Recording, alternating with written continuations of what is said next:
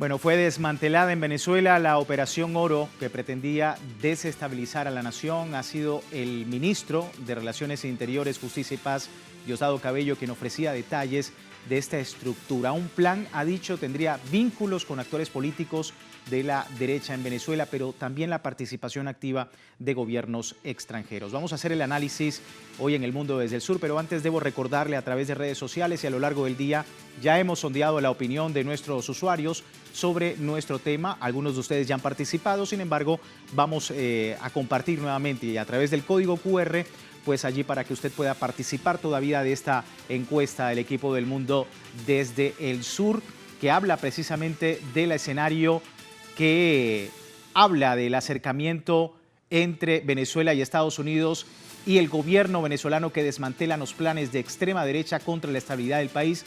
¿Qué demuestra este escenario tras el acercamiento de Venezuela con Estados Unidos? ¿Sabotea el reinicio de diálogo con ese país del norte? ¿Complicidad de los medios hegemónicos? ¿O es necesario hacer justicia sobre este caso?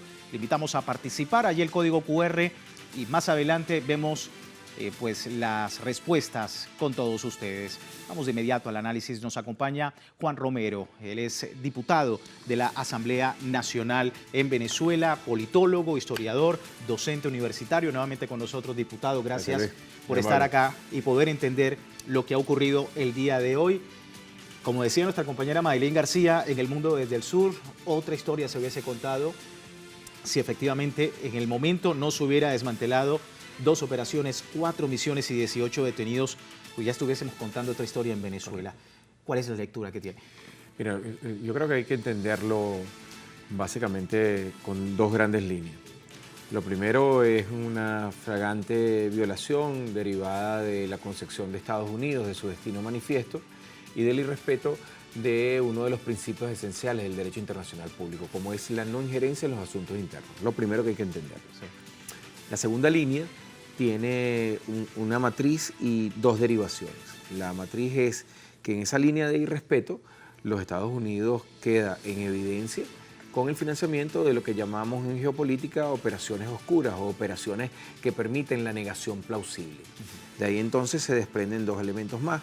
Por una parte, cómo los Estados Unidos utilizan recursos provenientes del pago de los impuestos, de la actividad de desarrollo económico, para financiar en forma oculta, ¿no?, grupos que pueden ser violentos, vinculados al narcotráfico, vinculados a la delincuencia común. Dinero de los contribuyentes. Dinero de los contribuyentes de los Estados Unidos. Pero en segundo término, y no por eso menos importante esa segunda matriz, es cómo en ese afán de desestabilización, en ese objetivo de generar caos que tiene que ver con un planteamiento que los Estados Unidos comenzó a hacer en el año 2010, porque esto también hay que entenderlo. En el año 2010 los Estados Unidos cambia su doctrina de una doctrina de intervención militar directa en aquellos gobiernos donde no les favorece, al estilo de lo que fue la Primera y la Segunda Guerra del Golfo, en el caso de Saddam Hussein, o algunos cambios que posteriormente vimos como es la operación en Libia, donde incentivaron a algunos otros actores, o como hicieron actualmente en Siria. Pasan de una intervención directa a un financiamiento, y eso se corresponde con un documento que ellos publicaron en el año 2010 que se llama Special Force Unconventional Warfare, o sea, Fuerzas Especiales y Guerra No Convencional. La guerra convencional es una guerra directa, 2 ejércitos que se enfrentan, perfectamente identificados, una operación militar que se anuncia, ¿no? Pero la guerra no convencional es oculta, ¿no? Utiliza elementos de operaciones psicológicas, y ahí entonces hay que hacer la lectura de la Operación Oro. La Operación Oro era una acción de intervención que buscaba tener un efecto psicológico, es decir, nadie es intocable en el gobierno revolucionario de Venezuela, porque estamos hablando del ataque a dos cuerpos del ejército, 2 cuarteles, y estamos hablando del secuestro de una figura que nada más y nada menos era el expresidente del Tribunal Supremo de Justicia, ¿no? Entonces era un mensaje muy claro en una coyuntura que además, si tú te das cuenta, había venido preparada con una presión. El 9 va a pasar algo, María Corina va a anunciar algo, el 10 viene Edmundo, se va a juramentar, va a introducir. Sí, ¿no? Era la creación de un clima de agitación, de tensión, de ansiedad, que tiene que ver con el manejo de operaciones psicológicas. Y esto es importante que lo digamos. Ahora, de aquí, ¿qué se desprende? Se desprenden varios elementos. Uno, un elemento primero relativo al gobierno venezolano, relativo a las denuncias que desde hace 20 años, ni siquiera es con el gobierno de Nicolás Maduro, sino con el gobierno de Chávez, que tiene que ver con las operaciones que produjeron la caída momentánea del gobierno de Chávez en el año 2002, de la intervención de Estados Unidos financiando, contactando militares, contactando fuerzas de oposición, auspiciándolas, entrenándolas para generar operaciones ocultas que permitan la negación plausible, como hicieron en el 2002. Nosotros no tuvimos nada que ver con la salida momentánea de Chávez, pero sí lo tuvieron que ver. Entonces, en primer término, esto es una demostración de la efectividad de las denuncias que el gobierno del presidente Nicolás Maduro y el gobierno del propio presidente Chávez en su momento hicieron sobre los esfuerzos de Estados Unidos de, violentando las normas del derecho internacional de no injerencia y respeto a la soberanía, actuar. Un segundo elemento, no por eso tampoco menos importante, sí, es que en concordancia con esa denuncia, la oposición venezolana ha recibido miles de millones de dólares. Y en este caso es peor la situación que en el caso de Chávez, porque en el caso de Chávez no teníamos medidas coercitivas unilaterales, el precio del barril de petróleo estaba sobre los $100, la capacidad en términos de movilidad para el desarrollo de la política internacional del gobierno de Chávez era mucho más fácil. De hecho, el actual presidente era su canciller y se podía desplazar sin ningún tipo de problema, porque no había un precio sobre la cabeza del presidente o un precio sobre actores. En este caso, no. En este caso hay una amenaza, hay 32 mil millones de dólares, anunció el ministro del Interior en financiamiento. Cuando tú lo ves, para que entendamos lo que esto significa, solo con 20 millones de dólares, Luis y compañeros que nos ven, es capaz el sistema CLAP de llegar a los 7.200.000 familias que son beneficiadas 2 veces al mes durante 3 meses. Imagínense. ¿No? Vamos a ver incluso, diputado, porque son interesantes estos datos que nos ofrece, pero también el hecho de que en toda esta trama que se está desarrollando, el ministro de Relaciones Interiores, Justicia y Paz, Diosdado Cabello, denunciaba también a gobiernos extranjeros que ayudaron a terroristas durante la operación Aurora contra Venezuela, que, 2019. Como decíamos, no ha terminado incluso. Ya vamos a hablar de esto, vamos a ver qué decía el ministro. Haciéndole seguimiento a una serie de declaraciones de voceros de este grupo terrorista que tienen presencia en los medios digitales, en las redes. Nosotros siempre hemos insistido también que detrás de toda esta operación ha estado activa la participación de gobiernos extranjeros. Ahí fíjense que este señor dice que fue extraído de la selva por un helicóptero del ejército brasileño. Brasil sabía lo que había ocurrido en Venezuela y el ejército brasileño se los lleva de la selva y los lleva a un sitio de otra ciudad, ahí los tienen 20 días y luego los liberan. Le dicen, no, se tienen que ir de Brasil. Mentira, es lo que él dice, nunca se fueron. O sea, el gobierno de Bolsonaro actuó operativamente en esa acción terrorista contra fuertes militares de Venezuela. Nexo de uno de los detenidos en la operación Aurora hace 6 años que pasó a Brasil, protegido por el gobierno de Jair Bolsonaro, un plan que, como lo hemos comentado, no terminaba, es decir, hay un seguimiento precisamente y este detenido comenta que el plan aún así continúa. Sí, mira, yo quisiera utilizar a Bolívar para ejemplificar un poco, porque detrás de esto hay otra línea adicional y es que por una parte el gobierno de Estados Unidos ha mantenido diálogos de muy bajo perfil con el gobierno de Venezuela, pero no renuncia a los planes de desequilibrio y desestabilización a través del financiamiento ilegal de grupos y organizaciones políticas. Esto nos permite un parangón. En el año 1819, el libertador Simón Bolívar estaba en plena campaña de Guayana, la toma de Guayana, lo que era Ciudad Angostura, hoy es Ciudad Bolívar. Sí. Detiene 2 goletas, la Tigres y Liberty, cargadas de armamento con bandera norteamericana destinado a los fuertes que en Guayana estaban resistiendo a los españoles. Bolívar retiene las embarcaciones, se produce un impasse entre el encargado de negocios, Irving, y Bolívar, Y en un momento determinado Irving amenaza y Bolívar emite aquella famosa frase: hemos perdido la mitad de la población luchando contra un imperio, la otra mitad está gustosa de seguir su ejemplo si es Venezuela la que se le ofende. ¿Por qué señalo esto? Porque entre 1820 a 1825, que es el momento donde se consolida el proceso de independencia, Estados Unidos cambia su posición. Y entonces pretende negociar, pretende reconocer al gobierno. Y Bolívar le escribe a su secretario en mayo de 1825, Revenga, le dice: es el momento de que los americanos pretenden negociar con nosotros. Exijámosles mucho, a ver si nos dan, y si no nos dan lo que pedimos, habremos ganado la verdad, que en política tiene un valor supremo. Es totalmente aplicable 200 años después, 1825, casualmente, esta época, en mayo se va a cumplir 200 años de esta carta, tiene total vigencia. Hay unas negociaciones que permitieron la liberación de sujetos extranjeros que habían venido a Venezuela con planes de desestabilización, que permitió la llegada de aviones venezolanos para traer a venezolanos en esta acción que viene desarrollando Donald Trump, y el restablecimiento de un diálogo, la extensión de la licencia a Chevron, un conjunto de elementos que están aún por verse, que forman parte. Pero paralelo a eso, los Estados Unidos no renuncia, y mucho menos Trump. Y esto es importante que lo digamos, porque de repente algunos actores, tanto en América Latina como en Venezuela, dirán: bueno, pero parece que hay un entendimiento abierto entre el gobierno de Trump y el gobierno del presidente Nicolás Maduro. Hay unas conversaciones que corresponden a relaciones no formales, porque las relaciones diplomáticas no han sido restituidas, esto hay que recordarlo, es decir, la sede de la Embajada de Estados Unidos está cerrada en Venezuela, las sedes y los consulados de Venezuela en Estados Unidos están cerrados, pero hay negociaciones a nivel del alto gobierno.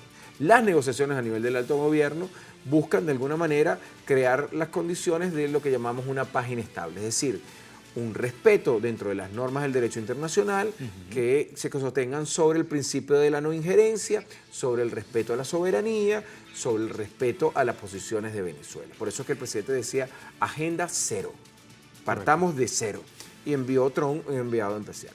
Pero el envío de este enviado, de este señor, de este representante de Estados Unidos, no significa que la estructura del Estado norteamericano, lo que llamamos el triángulo de acero, que es el lobby en el Congreso, que son las empresas armamentistas, que son los grandes grupos económicos, que es el verdadero poder en los Estados Unidos, renuncie a la posibilidad de una desestabilización. ¿Por qué esta pequeña apertura? Esta pequeña fractura en la tradicional y agresiva, porque debemos recordar las posiciones de John Bolton, que fue enviado especial para Venezuela en el caso del primer gobierno de Donald Trump. Sí. Muy sencillo. Los Estados Unidos tienen un consumo de petróleo, mis estimado Luis, de superior a los 18 millones, produce 10 millones, tiene un déficit de 8 millones. Resulta que la situación en el Medio Oriente no está estable, ¿no? A pesar de la toma de Siria, eso no ha significado que Siria tenga su máximo potencial de petróleo. Igual son 45 días para llegar a las refinerías en Nueva Orleans, en el lado del Mississippi. El petróleo venezolano está a 5 días.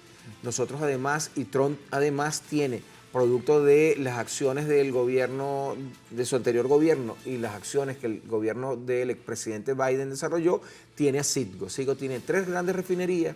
Eso significa además cerca de 9.000 estaciones de servicio. Citgo controla el 15% del mercado de lubricantes de los Estados Unidos, y esos lubricantes de esas refinerías solo funcionan con petróleo venezolano. Cambiar los patrones tecnológicos de esas 3 refinerías es sumamente costoso, no es algo como prender un yesquero o sacar un conejo del sombrero de un mago. Por lo tanto, Trump tiene, en esta competencia que tiene con Estados Unidos, con China, con Rusia, en términos de los BRIC y el Producto Interno Bruto a nivel mundial y lo que significan los BRIC, tiene el objetivo de producir más. Y producir más es energía. Y energía la tiene Venezuela. Y la extrema derecha, por supuesto, sabe todo este escenario, diputado. Y en el contexto en el que estamos hablando, pues también se generó un escándalo, sobre todo luego de que grupo periodistas y de medios de comunicación de la derecha le reclamaran precisamente a la ultraderechista María Corina Machado una deuda de más de $250.000. El secretario general del Partido Socialista Unido de Venezuela, como habíamos visto, ministro del Interior, Diosdado Cabello, reveló que un grupo de periodistas y medios le estarían reclamando una deuda de más de $250.000 a la dirigente ultraderechista durante su programa conocido como El Mazo Dando. Cabello detalló que los pagos adeudados serían por las campañas mediáticas que se hicieron en el país durante los últimos 3 meses, por orden de Machado y Magalí Meda.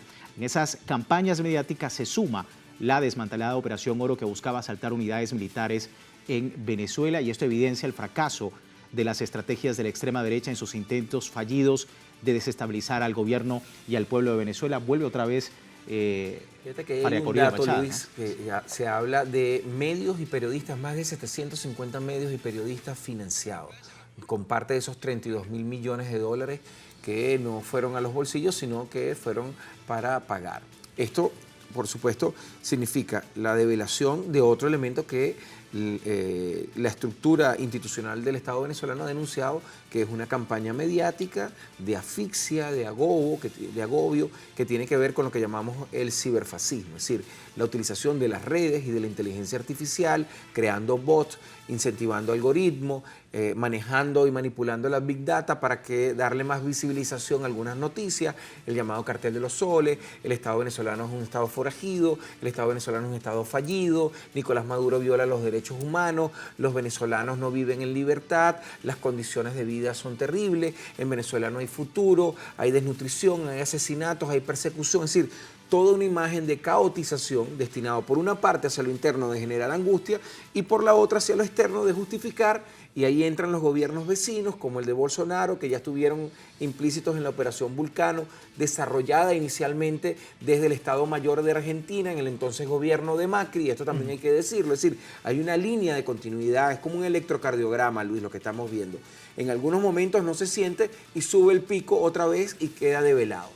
Esto, por otra parte, demuestra la efectividad de los servicios de inteligencia venezolanos, la unidad cívico-militar policial, que es un elemento sumamente importante, la importancia que ahora se le da a los órganos de dirección de defensa integral, que es un mecanismo para territorializar lo que establece la Constitución, que la seguridad y la defensa no es un asunto exclusivo de los militares, sino que tiene que ver también con los civiles. Si estamos hablando de una estructura de defensa, de la integridad, de la territorialidad, de la soberanía y de contención a un escenario de guerra, que es lo que se busca en el fondo. Y que hoy, efectivamente, a través de esta información, pues ha permitido al pueblo venezolano ofrecer esos frutos de esa gran estructura de defensa de la patria en Venezuela. Vamos a hacer, diputado, una breve pausa, pero recuerda, aún tiene tiempo de participar en la encuesta que hemos publicado en nuestras redes sociales. Acá tenemos justamente el código QR.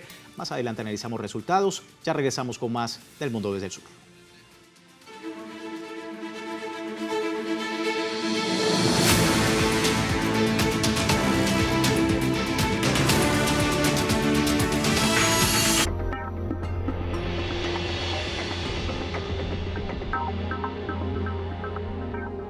Identificamos cada pieza de nuestra geografía en el radar con una lectura geopolítica.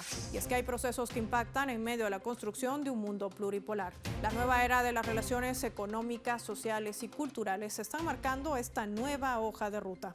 A través del análisis vamos a encontrar el vector clave de cada proceso. El mapa, de lunes a viernes, solo por Telesur.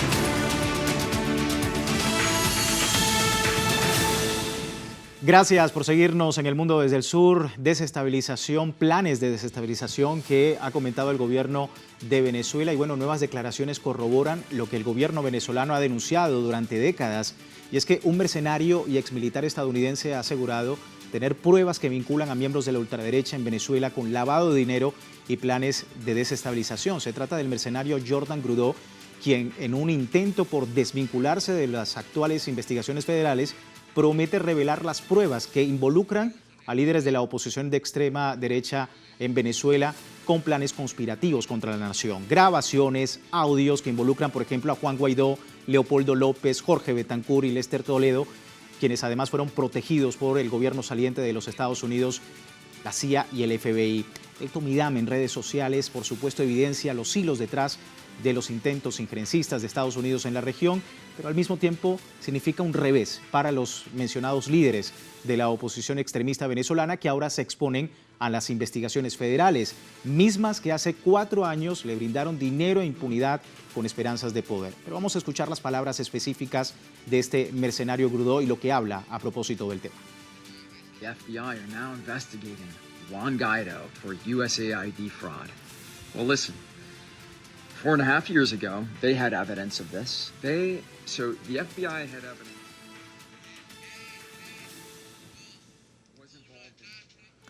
Bueno, ahí teníamos parte de las declaraciones, diputado, de este mercenario que reafirma un poco pues ya el debate que se ha dado en la Asamblea Nacional para que más bien, si los Estados Unidos quiere hacer justicia sobre lo que ha ocurrido con todo el dinero y con toda esta trama, que lleve a Venezuela estos mercenarios. Mira, hay varios elementos aquí que resaltar, porque en una lectura muy superficial, característica efectivamente de la simultaneidad, de la velocidad de los medios, cualquiera que no haga seguimiento a lo que ha sido las tensiones entre la República Bolivariana de Venezuela y los Estados Unidos, diría es que Trump quiere normalizar las relaciones y está actuando con justicia. No, hay que entender esta reacción que Trump, a través de Elon Musk, está llevando adelante como una recomposición de las relaciones de poder en Estados Unidos. Es decir, Trump es un actor surgido no de la estructura tradicional del Partido Republicano y del Partido Demócrata, aunque es candidato y es presidente por el Partido Republicano, pero es una estructura paralela a lo que ha sido la tradición del poder. Es decir, Trump representa una ruptura en las lógicas de poder de la sociedad norteamericana y las tensiones que lo caracterizan. Sí. Uno. Segundo, no es que Trump tenga afán de hacer justicia, es que en esa dinámica de ruptura es una forma de atacar al Partido Demócrata y a Joe Biden, el presidente, quitándole privilegios de alguna manera y buscando generar una nueva relación en esa estructura de poder interno de Estados Unidos. Entendido eso, entonces hay que comprender la acción de Trump. No es una acción destinada a darle la razón al gobierno venezolano, no es una acción destinada a la normalización de las relaciones con el gobierno venezolano, no es una acción que corresponda a respeto a la soberanía y la independencia de Venezuela. Es una acción que corresponde a un interés de Trump hacia la tensión interna que vive los Estados Unidos. Sin embargo, eso abre una oportunidad para la diplomacia venezolana. ¿Por qué? ¿Por qué? ¿En qué sentido? Bueno, demostramos primero la validez de las denuncias que constantemente hemos hecho sobre las operaciones encubiertas que los Estados Unidos desarrolla prácticamente desde el inicio del gobierno del presidente Chávez y que se incrementaron durante el gobierno del presidente Nicolás Maduro a partir de abril del año 2013. Segundo, esto además ratifica la insistencia del gobierno venezolano en el respeto, en el marco del derecho internacional público. Es decir, el respeto a los mecanismos para la solución de las controversias entre los estados sin recurrir a la desestabilización. Tercero, muestra la veracidad de las denuncias que insistentemente el presidente Nicolás Maduro, la actual vicepresidenta de los Estados Unidos, el entonces ministro de Información, hoy actual presidente de la Asamblea Nacional, Jorge Rodríguez, el propio Diosdado Cabello, los ministros de Interior que han pasado desde Remigio Ceballos, el propio ministro de Defensa, Padrino López, han denunciado sobre incursión de mercenarios, financiamiento de grupos de delincuencia organizada, elementos de introducción de actores que intentan generar desestabilización, conjunción de gobiernos para operaciones bajo la doctrina de la responsabilidad de proteger, que es una doctrina formulada en el año 2005 por las Naciones Unidas, que autoriza, violentando los principios del derecho internacional, la conformación de una fuerza multinacional contra un país que es considerado Estado forajido o Estado fallido. Entonces, todo este marasmo ocurre en este momento. ¿Qué demuestra esto además, Luis? Demuestra, uno, la capacidad de resiliencia, no solo del presidente Nicolás Maduro, sino de toda la sociedad venezolana, para resistir los efectos de unas operaciones que entran perfectamente en lo que llamamos guerra híbrida o guerra compleja, ¿no? Que tiene que ver con asfixia económica, y esos son más de 640.000 millones de dólares de pérdida entre 2012 hasta 2023, otros 158 mil millones de dólares entre 2023 a 2024. Sí. Estamos hablando, por lo tanto, de casi 800 mil millones de dólares que todos los venezolanos, no el presidente Nicolás Maduro, no la vicepresidenta Delcy Rodríguez, no el presidente de la Asamblea Nacional, no el Partido Socialista Unido de Venezuela, todos los venezolanos hemos perdido. Es decir, estamos hablando de un ingreso per cápita aproximadamente para los venezolanos, que somos 33 millones de venezolanos en este momento, según la última fuente del Consejo Nacional Electoral del Instituto Nacional de Estadística, de un ingreso per cápita superior a los $20.000 por habitante. Lo que significa eso en una circunstancia. A pesar de eso, de esa pérdida, de las acciones que han significado más de 50.000 muertos porque no tienen para comprar las medicinas, por déficit cardíaco, por problemas de cáncer, etc., este sistema político venezolano sigue haciendo elecciones. Ya hicimos la 32ª elección, faltan 9 más, van a ser 41. Ningún sistema democrático en Europa, en Estados Unidos ha hecho tantas elecciones, ningún sistema democrático tiene los mecanismos de verificación que nosotros tenemos. Son 38 organizaciones políticas que van a acudir ahora el 27 de abril. Seguimos insistiendo, a pesar de los intentos subrepticios de desestabilizarnos, nosotros seguimos insistiendo en solucionar a través del voto y mediante la diplomacia de paz nuestras controversias. Y sobre todo a través de la justicia. Juan Guaidó desvió 32 mil millones de dólares de fondos otorgados por la USAID, por ejemplo, que también pique y se extiende todo este autobeneficio y de la extrema derecha en el país suramericano. También el debate, diputado, en la Asamblea Nacional del pueblo venezolano sobre la necesidad de justicia sobre todo esto que ha ocurrido. Claro, fíjate, nosotros hemos aprobado un conjunto de elementos que hay que entenderlos ahora en toda esta dinámica. Porque fíjate, cuando el actual ministro de Interior, Diosdado Cabello, planteó la ley para la supervisión y el financiamiento de las ONG, hubo una gritería, que el gobierno venezolano estaba apretando la dictadura, ¿no? Ahí está la prueba. Organizaciones no gubernamentales que reciben financiamiento para desestabilizar. Cuando aprobamos la ley orgánica Simón Bolívar, que es una ley destinada a generar limitaciones y producir cárcel y sanciones a todo aquel que llame a la intervención, también se nos acusó lo mismo. Ahí está Juan Guaidó, María Corina Machado, Edmundo González, llamando a la intervención. Cuando aprobamos la ley de extinción de dominio, que es una ley a través de la cual se pecha económicamente a todo aquel que, haciendo un llamado, utiliza mamparas para limpiar o lavar el dinero, también nos acusaron a nosotros de todo. Son mecanismos legales que desde la Asamblea han venido surgiendo para ayudar a lo que la Constitución dice. Tenemos el deber, todos los venezolanos y todas las instituciones, de apostar a la defensa integral de la nación y a la integridad de sus símbolos, su cultura, su lenguaje, su historia. Así es, y ahí muy pendientes, por supuesto, de ese escenario.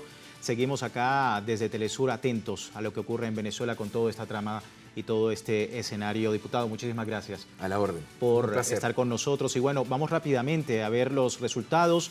Revisamos los resultados de la encuesta rápidamente. Gobierno venezolano desmantela planes de la extrema derecha contra la estabilidad del país, que demuestra todo este escenario luego de ese acercamiento también que hemos hablado de Venezuela con Estados Unidos. Bueno, 66% de los usuarios a través de redes sociales nos dicen que sabotea el reinicio de un posible diálogo con los Estados Unidos. 11% complicidad de los medios hegemónicos y un 23% es necesario hacer justicia sobre el caso. Así nosotros finalizamos este programa y, como siempre, les recuerdo www.telesurtv.net para esta y otras informaciones en tiempo real, también a través de Telegram, la mensajería de Telegram, nuestro servicio informativo las 24 horas del día, para tener una perspectiva de lo que ocurre en el mundo desde el sur.